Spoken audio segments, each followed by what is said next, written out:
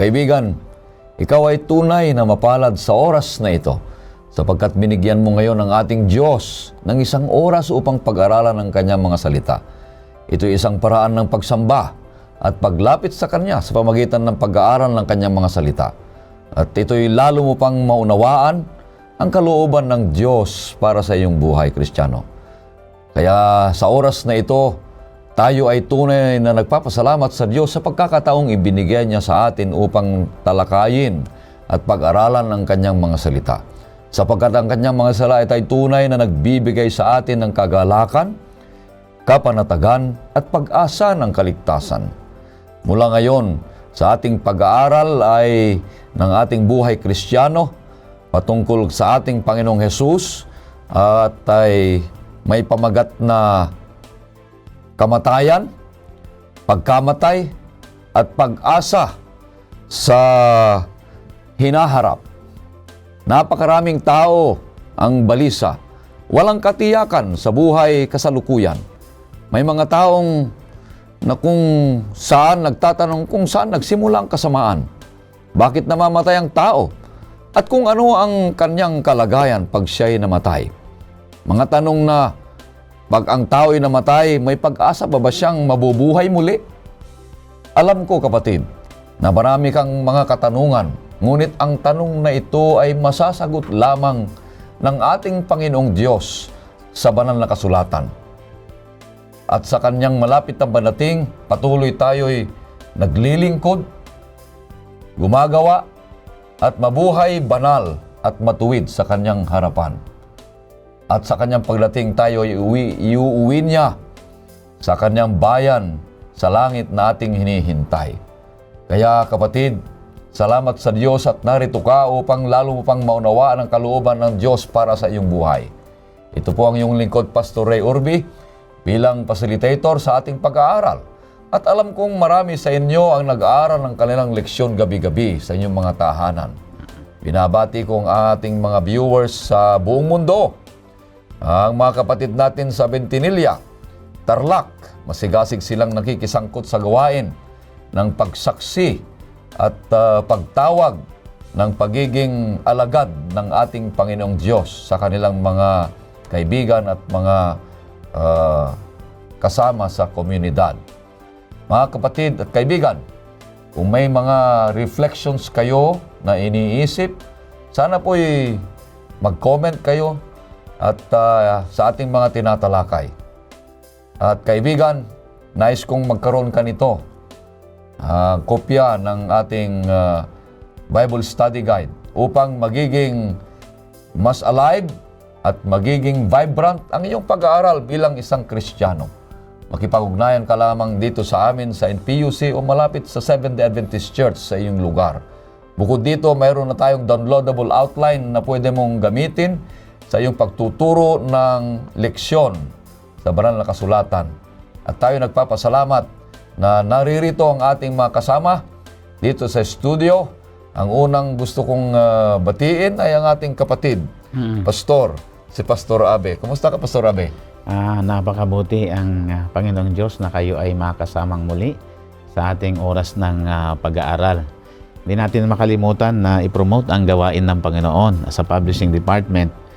Napaganda itong Health and Home Magazine. Ito ay holistic ang approach at kung kayo ay nagnanais mag-subscribe ay tinatalakay dito ang tungkol pampamilya, pangangalaga sa ating mga anak, pagpapatibay ng relasyon at ugnayang mag-asawa at marami pa tungkol sa kalusugan lalo na sa legal problem. Ito ay makakakuha kayo sa mga literature evangelist natin o kaya sa Adventist Book Center natin na malapit sa mga missions and conferences natin. Salamat, Pastor Abe. Kaibigan, si Pastor Nika ay hindi muna natin makakasama ngayon at tayo'y lubos na nagpapasalamat sa kanyang mga panahon na ginugol sa ating pag-aaral na kanyang binahagi ang kanyang karunungan mula sa Diyos last quarter. Ngunit sorpresa na lamang ang kanyang pagdating at pagbabalik sa studio natin, kaibigan. Subaybayan mo lang, darating yan. Gayunpaman, sa oras na ito ay makakasama din natin ang bagong lalaki ng Diyos na siyang magbibigay sa atin ng summary ng ating leksyon. Isang matipunong lalaki na anak ng Panginoong Diyos, si Pastor Ian Felicitas. Siya ay kasalukuyang Dean of School of Theology sa Adventist University of the Philippines, Puting Kahoy, Silang, Cavite. Siya ay may specialization sa systematic theology at church history sa ating eskwelahan. Tayo nagpapasalamat sa kanya. Pastor Ian. Thank you po. Thank you for having me, Pastor Abe, Pastor Ray. At sa inyo pong lahat ay gusto ko pong dalhin sa inyo ang mainit na pagbati mula sa inyong university, ang the Adventist University of the Philippines. And warmest greetings from the College of Theology in which I am representing. Sana po kayo ay nasa maayos at masigla at malusog na kalalagyan. Salamat. Ngayon ay nasa unang pag-aaral tayo ng ating fourth quarter ng leksyon na may temang kamatayan at pagkamatay, ang ating pag-asa sa hinaharap. Bago tayo magpatuloy, nais kitang aniyahan, kapatid, kaibigan, sa mikling panalangin. Mahal naming Diyos sa manaming banal, kami po ay lubos na nagpapasalamat na ipinagkaloob niyo ang oras na ito upang talakayin ang inyong mga salita. Magsalita nawa kayo sa amin, Panginoong Diyos. Nawang karunungan ng langit ang aming maranasan at ipagkaloob niyo sa amin. Basbasan ang bawat sa amin at patawarin ninyo kami, Panginoong Diyos, sa aming mga kasalanan. Ganun din ang pagpapatawad namin sa mga nagkasala sa amin. Ito hiling namin sa pangalan ni Jesus. Amen. Ang pamagat ng ating unang paksa ay rebellion sa isang sakdal na sansinukob. At ang talatang sa uluhin ay matatagpuan sa Isaias 14 verse 12. Ito ang sabi, "Ano't nahulog ka mula sa langit, o tala ng umaga, anak ng umaga, paanong ikaw ay lumagpak sa lupa, ikaw na siyang nagpabagsak sa mga bansa." Pastor Ian, pakibahagi mo sa amin ang kabuuan ng aming leksyon. Maganda pong leksyon natin sa buong quarter nito. Kung papansin niyo mga kapatid, ang ating bagong quarterly ngayon ay kinakapalooban ng mga ilang bagay. Pero bago po natin tuunan ang unang lesson natin, bigyan po natin ng maikling background ang kabuuan ng ating quarterly sa buong trimestering ito.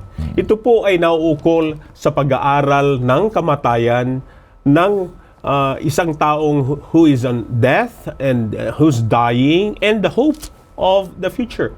Sa madalit salita mga kapatid, kung maunawaan natin at kailangan natin lubusang maintindihan ng mga bagay na ito, kailangan po nating magsimula sa banal na kasulatan. Ano bang sinasabi ng banal na kasulatan tungkol sa mga bagay na ito? Pero mga kaibigan, alam nyo, pag pinag-usapan po natin ang kamatayan, pag pinag-usapan po natin ang mga bagay na nagaganap, tulad nitong pandemya na patuloy pa rin po nating naranasan. Marami po tayong mga mahal sa buhay na nagpahinga at pinahintulot ng Diyos na sila'y pansamantalang matulog at magkaroon ng pag-asang marami ng buhay na walang hanggan. Tignan po natin muna, Pastor Ray, Pastor Abe, na ang ating leksyon mga kapatid ay upang maunawaan natin ang isang batayan o foundational truth ay ito ay halaw sa banal na kasulatan. Kaya nga, pag-uusapan natin, ang unang leksyon na pag-uusapan natin ay ito po ay ang great controversy. Bakit great controversy, Pastor Ray, Pastor Abe, at mga kapatid? O ang malaking tunggalian? Dahil ang mga doktrina po na makikita nyo't nakalahad sa Biblia, ito po ay nakaangkla sa isang connecting or there are intertwining truths that bind this. And one of the biblical doctrine that bases and holds these doctrines together ay ang doktrina ng malaking tunggalian or the great controversy motif. Dahil ang doktrina ng Iglesia Adventista del Séptimo Día ay nakasentro sa ating Panginoong Hesukristo at sa Biblia, at ang foundation nito, ang undergirding principles or backdrop nito ay ang great controversy. Kaya nga dapat natin maunawaan kung saan nagsimula ang kasalanan, ang kasamaan, at ang kamatayan. Ito ay napakahalaga. Pero pag pinag-usapan po natin yung theodicy, ika nga, ito po ay ang origin of evil or ang pagsimula ng kasalanan. Kaya nga, para maunawaan natin yung sinasabi na theodicy of evil, we must understand who God is. Isa pong talata ang dapat po nating bigyan pansin para maunawaan natin kung sino ang Diyos. Pastor Ray, pwede niyo po bang ipaglingkod sa ating mga kapatid ang talata mula sa unang Juan, Kapitulo 4, versikulo 7 at 8. Ito po ay mahalaga upang maunawaan natin kung sino ang Diyos at kung paano natin mauunawaan ang Diyos na ito sa mga nararanasan natin at kahit sa gitna ng kasamaan at ng kamatayan. Ito pong sabi sa una Juan 4, versikulo 7, Mga minamahal, magaibigan tayo sa isa't isa, sapagkat ang pag-ibig ay sa Diyos, at ang bawat umiibig ay ipinanganak ng Diyos at nakakakilala sa Diyos. So, nakita po natin dito mga kapatid that there is one foundational truth to who God is. God is a God of love. Hence, kung maunawaan po natin itong isang rebelyon na nagsimula, makikita natin na ang rebelyong ito at ang kasamaan ay imposibleng magsimula sa Diyos. Kailanman ang Diyos ay hindi ang siyang pasimula ng kasamaan, kundi noong nilalang ng Diyos. Maganda pong maunawa natin ang unang nilalaman ng Biblia tungkol sa paglalang ng Diyos. Ang Diyos ay lumalang at sa kanyang paglalang nung unang mga yugto ng Genesis, makikita po natin kung bubuksan ninyo ang inyong mga Biblia sa aklat po ng Genesis, Kapitulo 1, makikita nyo po doon ay nilalahad po sa ulo ng marami sa atin ang sabi ng Genesis Kapitulo 1, In the beginning, God created the heavens and the earth.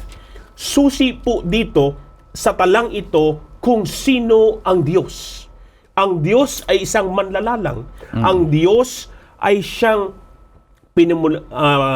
simula ng mga bagay na ito. Kaya nga, when He created things, it was out of nothing. At gusto ko pong pansinin ito para maging mas active at mas maganda po ang ating pagkaunawa sa ating leksyon ng malaking tunggalian. Noong nilalang ng Diyos ang mga bagay sa mundong ito, ang sabi niya po, nung sinabi niya, let there be light, at nung sinabi niya po yung mga sumusunod pang araw, ang sinabi ng Diyos, it was good. Sinabi lagi ng Diyos na mabuti. Kaya nga, nung huli ng kanyang paggawa, ang sinabi niya ngayon ay it was very good. Hence, mga kapatid, ang nilalang ng Diyos ay hindi ang kasamaan. Ngayon, ang tanong ay, bakit merong kasamaan? Nabasa po natin kanina sa unang talatang ibinahagi ni Pastor Ray na meron pong nilalang na creature ang ating Panginoon na si Lucifer at dahil sa kanyang pag-iimbot, dahil sa kanyang sariling desisyon, ay inisip niya na siya'y mas makapangyarihan pa sa Diyos at gusto niyang i-usurp ang kapangyarihan, ang kingdom, ang kalooban ng Diyos. Kaya nga't ang sabi niya, hindi maaring masunod ang Diyos dahil ang kanyang mga adhikain ay lagpas sa kaya ng tao.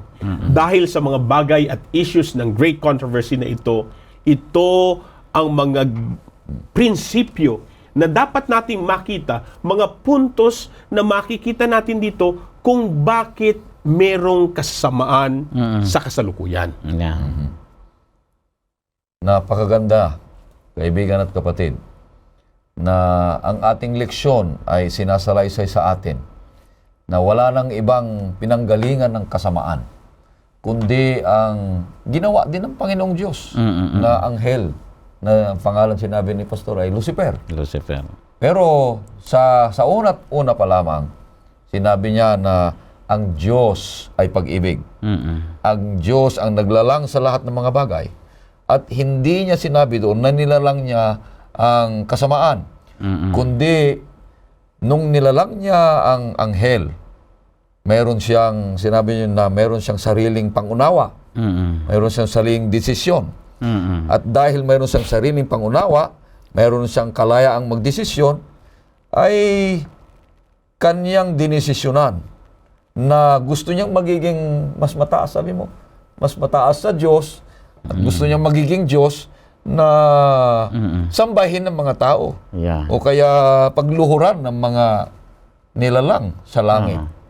Ganun pa man ay, sabi dito, nahulog ka mula sa langit. Ibig sabihin, nagkaroon ng bakbakan sa langit.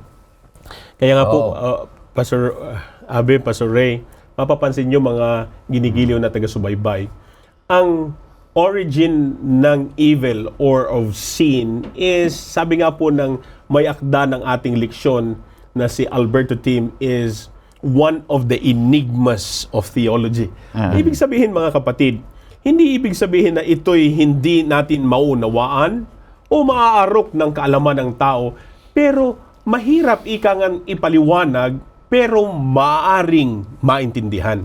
Kaya nga ang sabi ng ikalawang Thessalonica Kapitulo 2, ang talata po ay 7, ito ay ang mysteries of iniquity. Mystery. So what we see is, though it is a mystery, but yet with the revealed Word of God, we can understand kung bakit may kasalanan, bakit tayo nakakaranas ng mga kahirapan, bakit din may kamatayan. Kung ito'y misteryoso, ang paglabas ng evil o kaya kasamaan sa langit ay mahirap nating maunawaan. Yeah. Kung unawain pa natin ay magkakaroon na tayo ng rason para ipataas o kaya, ganun pala ang ibig sabihin. So, ibig sabihin, ma-justify natin lahat ng mga ginagawa natin masasama sa ating buhay o kaya doon sa langit na bayan. Kaya tayo'y lubos na nakakaunawa na hindi na dapat nating arukin pa, sabi ni Pastor, kung anong ibig sabihin ay misteryoso nga. So, Pero ang isang napakaganda dito, Pastor Ray, ang Biblia, mga kapatid, mga ginigiliw na taga-subaybay, ay puno ng talata at mga nilalaman na makakatulong sa atin upang maunawaan ang mga dahilan at kung bakit ito. Pero alam niyo mga kapatid, meron pong isang paraan na ginagamit ang tao na para maintindihan ang kasamaan. Ito po yung tinatawag nating filosofiya. Ang pananaw na ito ay hindi po halaw sa Biblia, kundi sa mga kaisipan at sabi nga po sa wikang Cebuano is sa mga panghuna-huna sa mga tao. So, itong bagay na ito ay hindi siya kaayon ng Biblia at maraming mga pilosopo o philosophers that have stated that strange origin and theories about the origin of evil and of what's happening right now.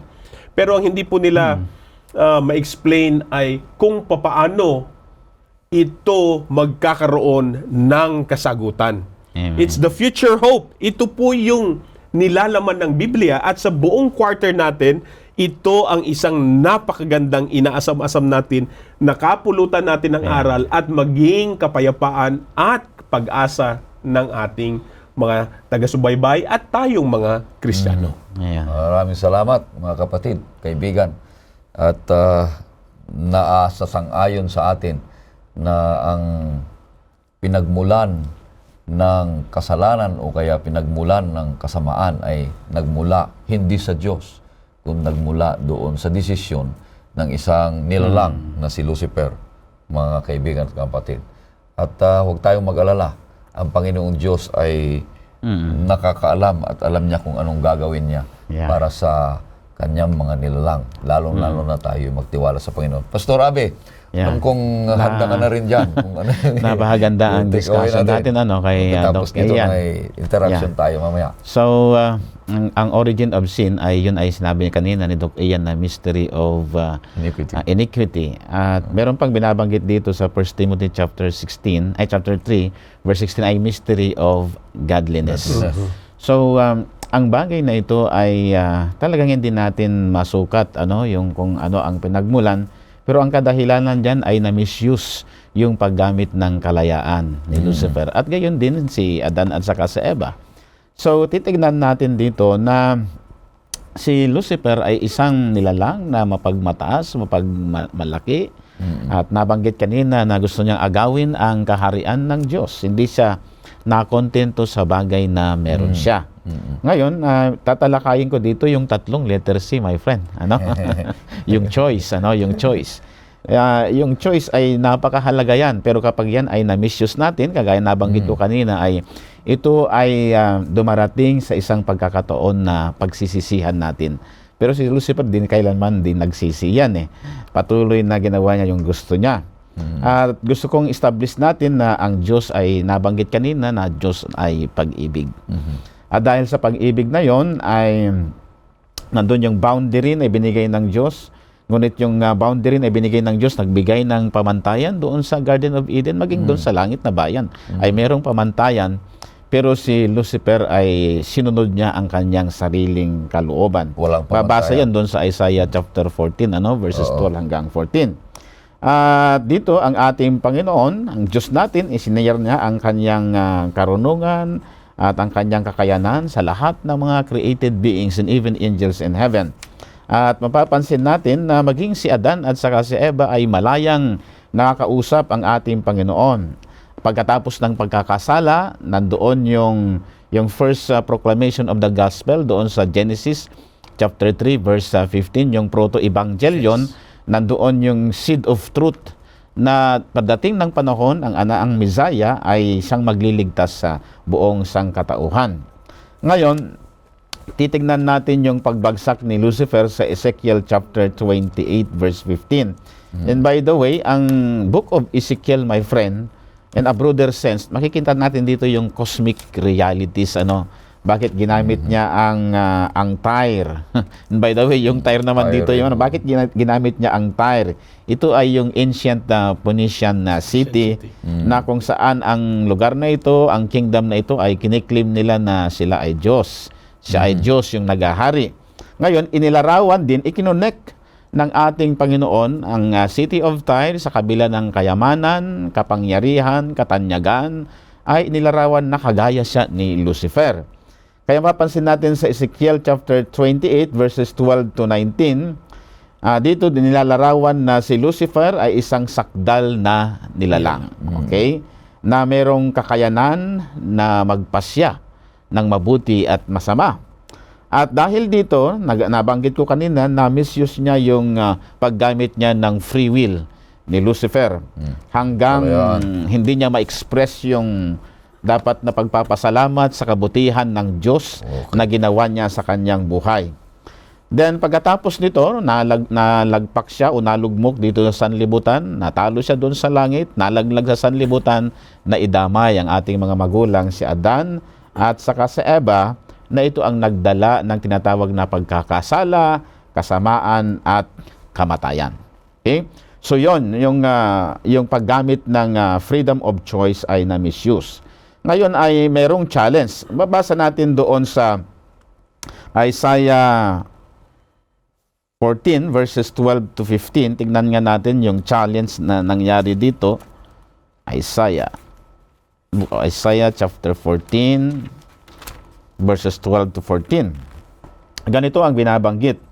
Ano't nahulog ka mula sa langit o tala sa umaga, anak ng umaga. Ito yung description kay Lucifer. Paanong ikaw ay lumagpak sa lupa, ikaw na siyang nagpabagsak sa mga bansa. Sinabi mo sa iyong puso, ako'y aakyat sa langit.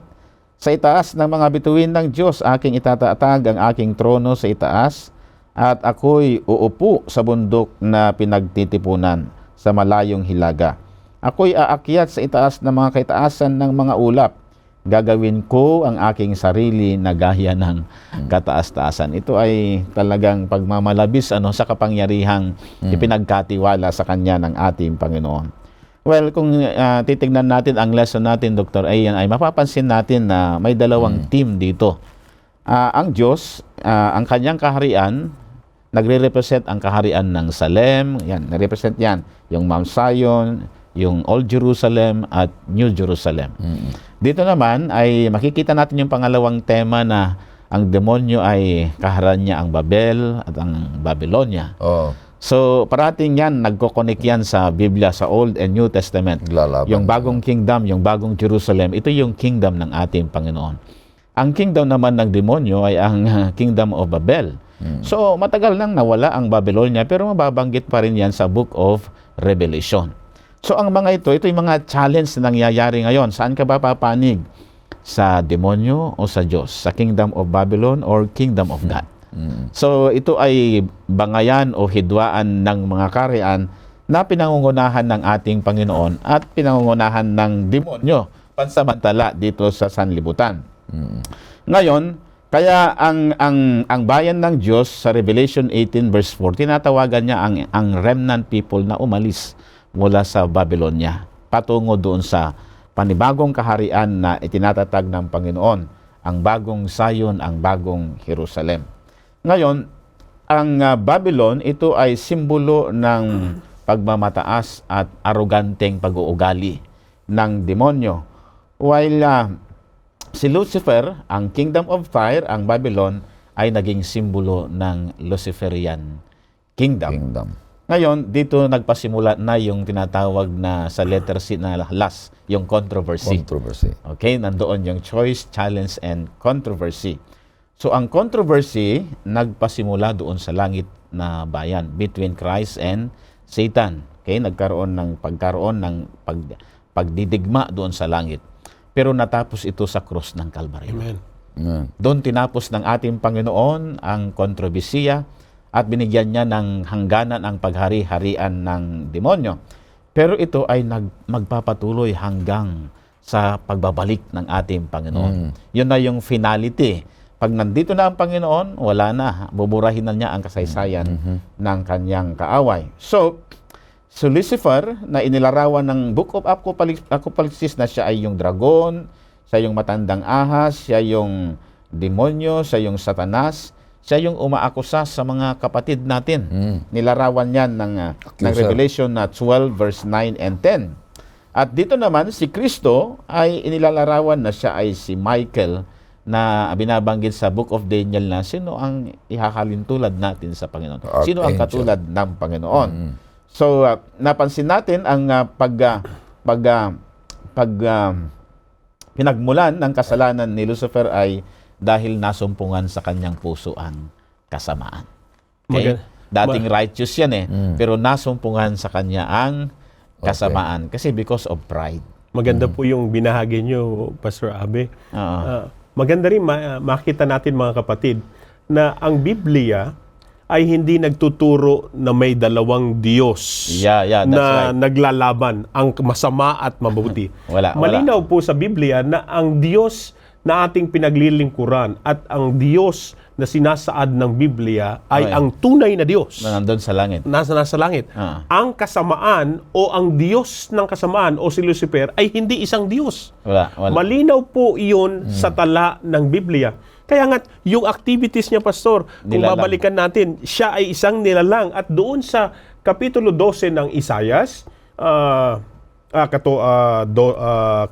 versikulo 12 at patuloy, mapapansin natin doon, may ginagawa si Lucifer na nakasentro sa kanyang saganang sarili. Ito ay, ang sabi niya dito ay, ako ay aangat. Diba? Ako ay aangat. Ako ay siyang aakyat sa iyong trono. Ako ay siyang mauupo sa iyong trono. At ako din ang siyang mamamalakad. So, ibig sabihin, ipinapakita dito ng kaaway, mga kapatid, na ang kanyang desisyon ay lubhang taliwas o hindi kaayon ng kalooban ng Diyos. Panginoon. That's right. Ang Diyos ay Diyos ng pag-ibig. Kailanman ang Diyos ay hindi Diyos ng kasamaan. Kaya nga, ang gustong gawain ng kaaway, dito sa cosmic dualism na iyong nabahagi.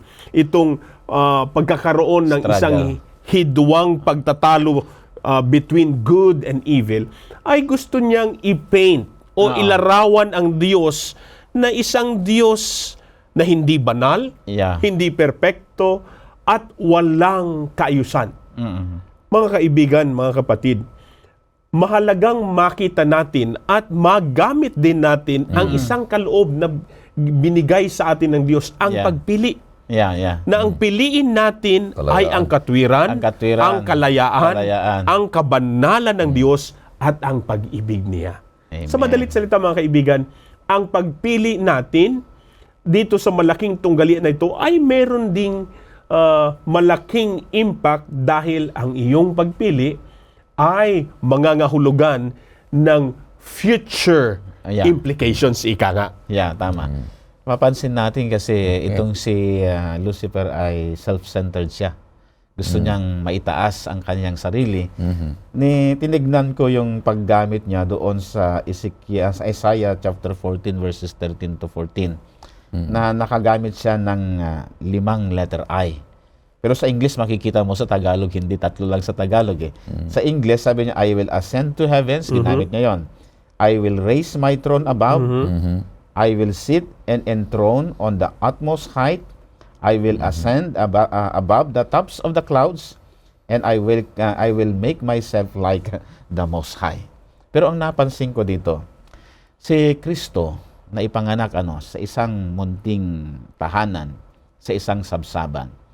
Sa pamamagitan ng pagpapakumbaba ni Kristo, natalo niya ang pagmamataas ng Ang demonyo. demonyo. Yun yung lesson na nakikita ko dito. So, kung nandoon yung total obedience natin sa Panginoon, pagpapasakop, damhin natin ng maayos ang panawagan ng banal na Espiritu sa ating pong buhay, mawawala naman sa atin yung pride na kagaya ni Lucifer. Yun ang dahilan ng pagkakasala. Ayaw nating sumunod sa palatuntunan ng ating Panginoon. Ayaw nating magpasakop sa kanyang kagandahang loob. Ayaw natin talagang lubusang damhin ang kanyang labis na pagmamahal na naipakita ito doon sa krus ng Kalbaryo upang sinuman sa mga taong maniniwala sa kanya ay hindi na mapapahamak kundi magkakaroon ng buhay na walang hanggang. Kaya ang pagmamataas ay hindi magandang inuugali ng isang nilalang na kagaya natin. Nandoon sana yung mapagpapasalamat, nandoon yung mapagpasakop, nandoon yung mapagpatawad din pag mayroong nagkasala sa atin. Kasi ang likas ng Panginoon ay dapat makita, mag-reflect sa ating pong buhay. Pagkaganda. Kaibigan at kapatid, na ang leksyon ay may 3 punto pa dito ni Pastor Abe. Oo. 3 C. Yung choice. Ibig sabihin, meron tayong sariling kalayaan na pumili. Totoong nilalang tayo ng Diyos. Sa kanyang pagmamahal ay binigyan tayo ng kalayaang mamili. Hindi na pagmamahal pag wala ng kalayaan. Oo. Pero ang kalayaang ibinigay sa atin ng Panginoon Diyos, Pastor Rian, ay may limitasyon. Sabi mo, may boundary. Oo. Kasi kung lumampas ka doon sa boundary o kaya limitasyon ng kalayaan na ibinigay ng Panginoon, hindi ka na masaya. Oh yeah, that's right. Masisira ka na. Oo. Kaya nga doon sa Hardin ng Eden, sabi ng Panginoon, ito lahat ng mga prutas dyan ay bunga ng pwede mong kainin. Yeah. Maliban ng isa. So, ibig sabihin, may yung kalayaan ay meron ka rin pa rin, limitasyon. Oo. At sundin mo yung sinasabi ng Panginoon Diyos, yung kalayaan na. Oo. Pero pipiliin mo pa rin yan. Yung kanyang Tapos may challenge. Nagkaroon ng si Satanas ay gusto niyang i-challenge o kaya hamunin ang kapangyarihan ng Panginoong Diyos. Ito ang tandaan mo, kapatid. Ang Diyos ay eternal. Kagaya ng noong unang panahon na ay noong last quarter na sinasabi natin. Pero ang kaaway si Satanas ay hindi siya eternal. Yeah. Ang evil na sinasabi ni Pastor na kasamaan ay hindi sila nagsabay na nagkaroon. Nung nagkaroon ng Diyos, walang kasamaan. wala pang kasamaan yan. Wala. Pero dahil sa pag-ibig sinabi mo, dahil sa kalayaan na sinabi mo nating pinagulo, doon nagumpisa ang kasamaan. Yeah. Pinili ng tao. Ayun, Pastor. Pinili ng tao. yung nilalang. Linawin natin, Pastor. Oo. Dahil meron pong pagpili, hindi dahil sa pagpili, dahil nagkaroon ng kasalanan. Hindi. Ang tao o ang mga nilalang ng Diyos ay free moral agents. Oo. Kaya nga, si Lucifer bilang nilalang din ng Diyos ay malayang nakapili. Ibig sabihin, mga kapatid, May free will. Ito lamang ay nagtuturo kung sino ang Diyos. Ang Diyos ay tunay na bukal ng kabanalan at ng pag-ibig. Kung si Lucifer ay hindi niya pinagkalooban ito at sinabi niya, Lucifer, ito ang magagawain mo, this will paint a different picture of who God is. Kaya nga, pansinin niyo yun, nasabi po ni Pastor Ray kanina na evil is not co-eternal. Mahalaga pong makita natin to, mga kapatid. Sa great controversy o yung sinasabi po nating malaking tunggalian. Okay? Itong cosmic dualism and contrast na nakikita natin ngayon, mga kapatid, between good and evil. May panahon na ipinahintulot ng Diyos ang kasamaan at kasalanan. Kaya nga't ito'y lubhang nakita noong bumagsak si Eva at si Adan sa pagkakasala. Ito rin po ay inaddress ng ating Panginoon sa kanyang pagkamatay, yung nabanggit niyo po kanina, doon sa krus ng Kalbaryo. And the cross of Christ is integral sa doktrina ng Kristiyano at ng Iglesia Adventista. This points to how God won in this great controversy. Pero alam niyo, mga kapatid, ang isa pong bahagi nito ay ang ginagawa ng ating Panginoon doon sa langit bilang isang saserdote natin. Yeah. Kaya nga sa muling pagbabalik niya, He's also addressing the sin problem. Kaya nga, kung papansin ninyo, mga kapatid, si Pastor Abby po ay ang director po ng ating Spirit of Prophecy and Publishing Ministries. Sa Spirit of Prophecy books, when you look at the Conflict of the Ages series, it started with God is love. Yeah, that's right. Then it ends with the address of sin, sinners, and Satan no more, and it closes with the same thought that God is love. Yeah. Tunay, mga kaibigan, na hindi panghabang buhay o pangwalang hanggan ang kasamaan. Ito ay magkakaroon ng pagkatapos. Katapusan. Ng katapusan. May hangganan. May hangganan. Hindi to forever. Ang forever ay ang pag-ibig ng Diyos. Walang iba. Kaya ang problema po is maraming philosophies ngayon ang naglalahad ng mga maling kaisipan.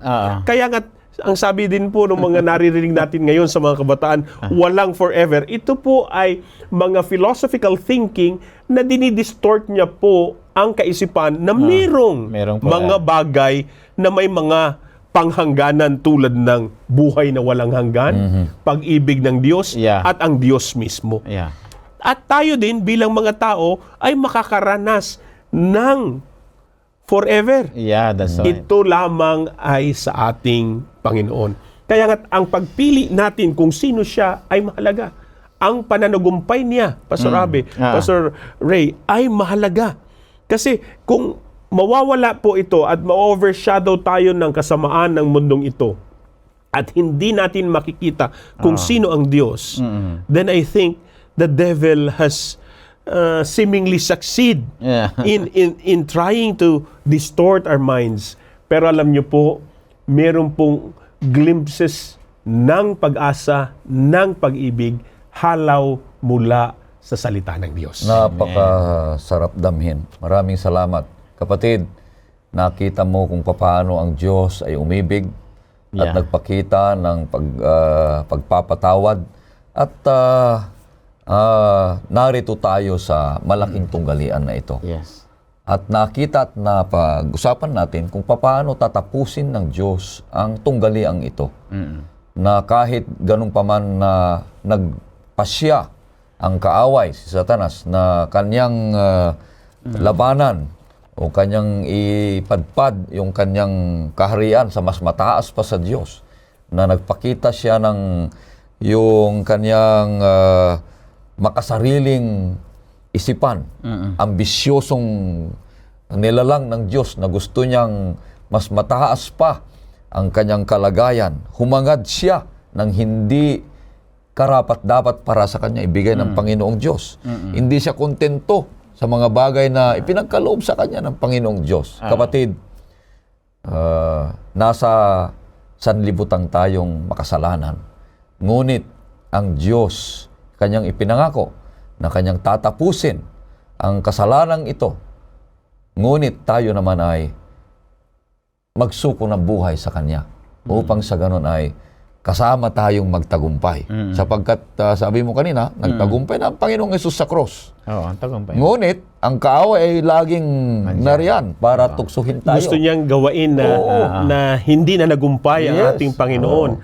At ang kanyang kamatayan ay pagkatalo ng Diyos. Ito po ay mga lies. Di ba ang sabi ng Biblia, the enemy is the father of lies. Kaya gusto niya pong ibahin to. Maganda pa, Sir Abby, gusto ko lang pong balikan yung sinabi niyo po kanina tungkol doon sa Genesis Kapitulo 3, versikulo 15. Kung babasahin niyo po ang Genesis chapter 3, verse 15, mga kapatid, ang sinabi po dito ay ito po ay hindi lamang the first prophecy in the Bible. Tama po ang pagkalahad kanina ni Pastor Abe na ito po ay isang proto-evangelion sa wika ng mga teologo or theologians, that this points to the gospel itself, that Jesus will be victorious. Amen. Kung papansinin niyo po, dadagdagan natin yun ng ilang mga sipi mula sa salita ng Diyos.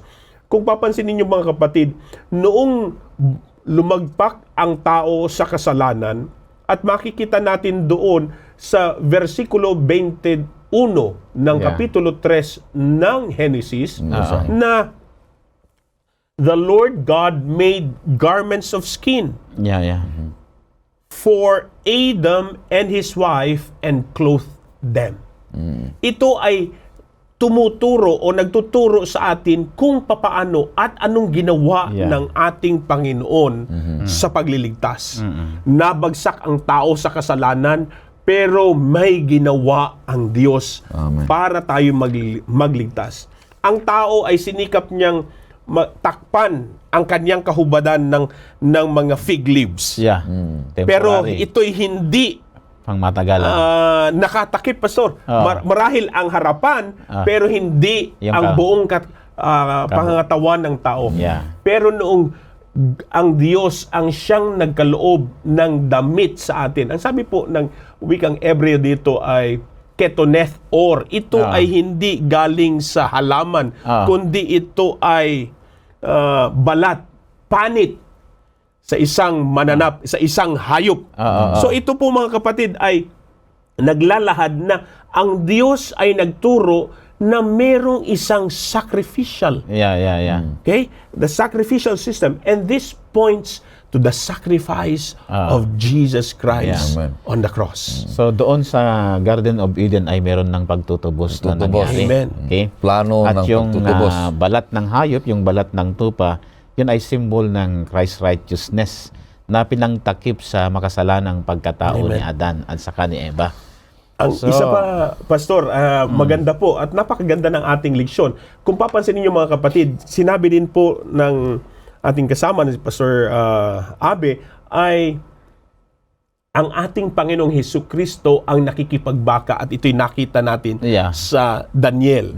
Alam niyo po, ang Daniel, the book of Daniel is an apocalyptic book. And when Jesus uses the name Michael, ang ibig sabihin nito mga kapatid, that Jesus is at war.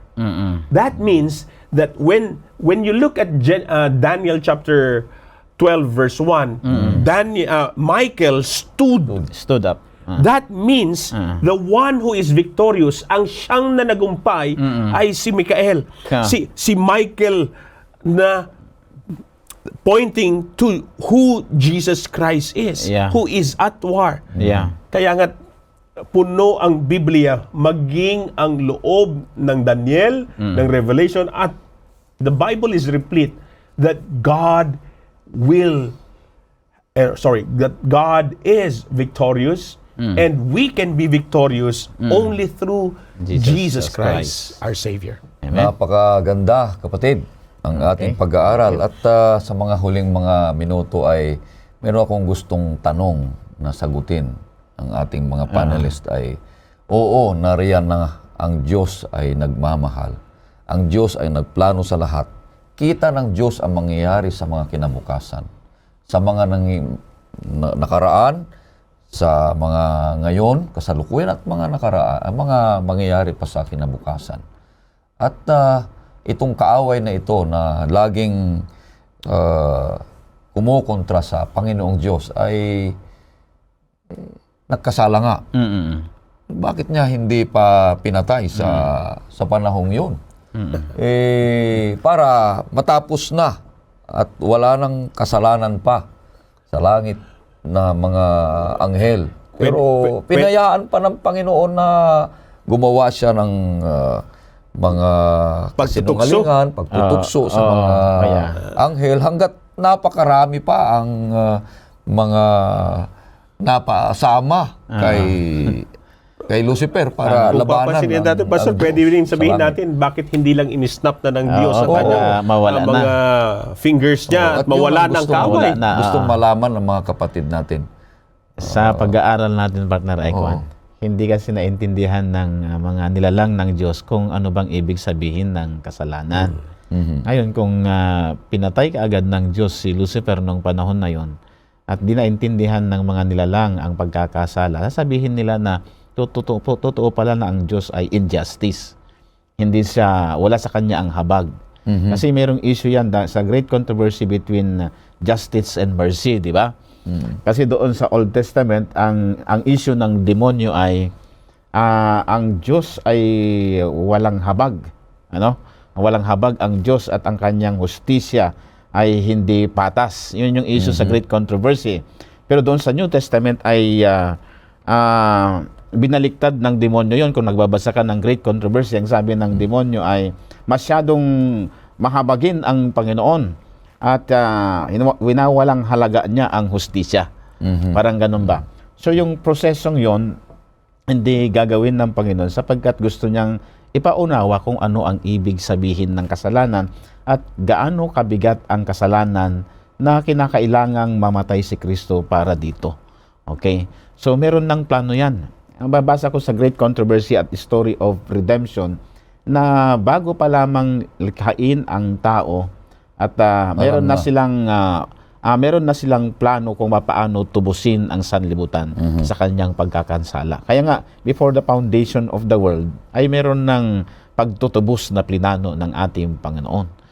So, alam yan ng Panginoon. Kaya lang gusto niyang ipaunawa sa mga tao gaano kabigat ang kasalanan na ginawa ni Lucifer at nang gayon din ng tao. Ibig sabihin, kaya hindi pinatay ng Diyos agad. O sabi mo, isnap si Lucifer para ipakita, ipaalam, ipadama ang pag-ibig ng Diyos sa mga nilalang. Na ang mga akusasyon ni Satanas at kanyang mga anghel na napasama ay hindi totoo na ang Diyos ay tyrant. Gusto niya kasing sirain Kundi na ang Diyos ay pag-ibig. Gusto niyang sirain yun. At ipapakilala ng Panginoong Diyos na ang Diyos ay pag-ibig, na lahat ng mga sumusunod sa Kanya ay merong kalayaang mamili at hindi sila sasamba sa Kanya na may takot. Kaya, may fear. Kaya nga, Pastor Ray, Oo. Pastor Abe, mga ginigiliw na taga-subaybay. Anong takeaway mo dyan? Ang makikita natin dito is sin has been understood in its full realization when Jesus Christ died on the cross. That's right. Yun. Doon po natin makikita kung anong gravity ng kasalanan. That it took a God-man, God who incarnated himself into human form to die on the cross Yeah. to save you and me. Yeah. So, that's ibig right. sabihin po, ito ay yung cross po, it's the epitome of who God is. Yeah. Pag-ibig That ng pinakita ng Diyos na ang kasalanan, na ito kamatayan ang kabayaran sa kasalanan, Yeah, yeah. pero ang kamatayan ng Diyos na nababayubay sa krus, ang siyang naging kabayaran dito, at ito Oo. ay mararanasan natin Ah. kung tatanggapin natin ang ating Panginoong Heso Kristo bilang personal Na na tagapagligtas. Yeah. Oh, kaya napakaganda. So ang pag-asa ng kaligtasan o pag-asa sa lahat ng mga nangyayari sa atin, mga kapatid, ay ang cross ng Kalbaryo, ang ating Yeah. Panginoong Yeah. Jesus. Siya, Hindi si sa cross, Si Kristo. kundi yung nabayubay sa cross ang Yeah. ating Panginoong Jesus. Kaya nararapat lamang na kahit anong tukso dyan, kahit anong kahirapan dyan, kahit anong pagsubok dyan, kahit anong nangyayari sa buhay natin, nararapat lang na tayo ay magtiwala at may pag-asa sa ating Panginoong Jesus. Na tayo magtatagumpay sa mga lahat ng mga nangyayari sa ating buhay. Huwag tayong magpatuloy na magkasala. Amen. Huwag nating patukso sa kaaway. Lalo tayo mapapalayo sa ating Panginoong Diyos. Totoo, ang Panginoong Diyos ay umiibig. Nagpapakita ng pagmamahal sa atin. Pero may hangganan yan. May katapusan. Patuloy tayong maglingkod sa Kanya upang tayo ay makakaranas ng malalim na kaligayahan na paglilingkod sa ating Panginoong Diyos. Kaya sa ating pagtatapos, kaibigan, at makakarinig tayo ng isang awitin. Pagkatapos nito ay hingin natin si Pastor Ian ng panalangin.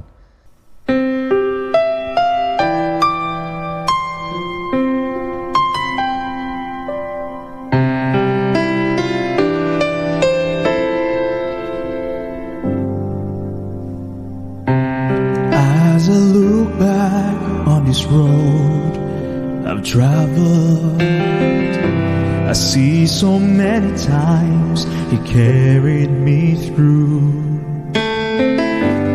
If there's one thing that I've learned in my life, it's my Redeemer is faithful and true. My Redeemer is faithful and true. Everything it said He will do. And every morning His mercies are new. My Redeemer is faithful and true.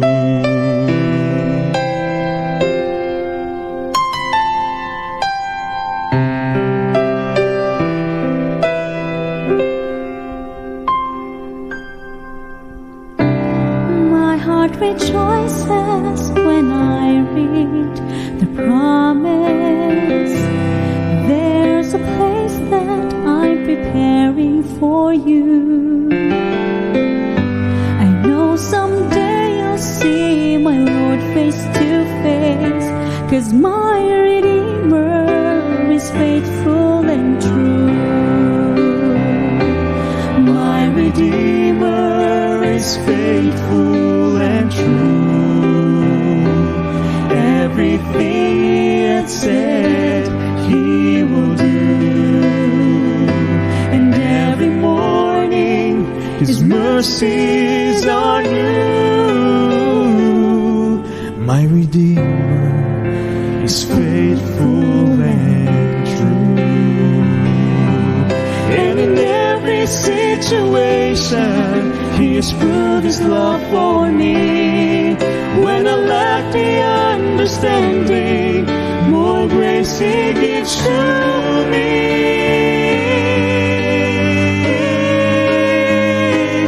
My Redeemer is faithful and true.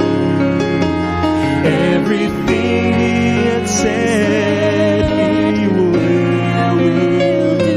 And every morning His mercies are new. My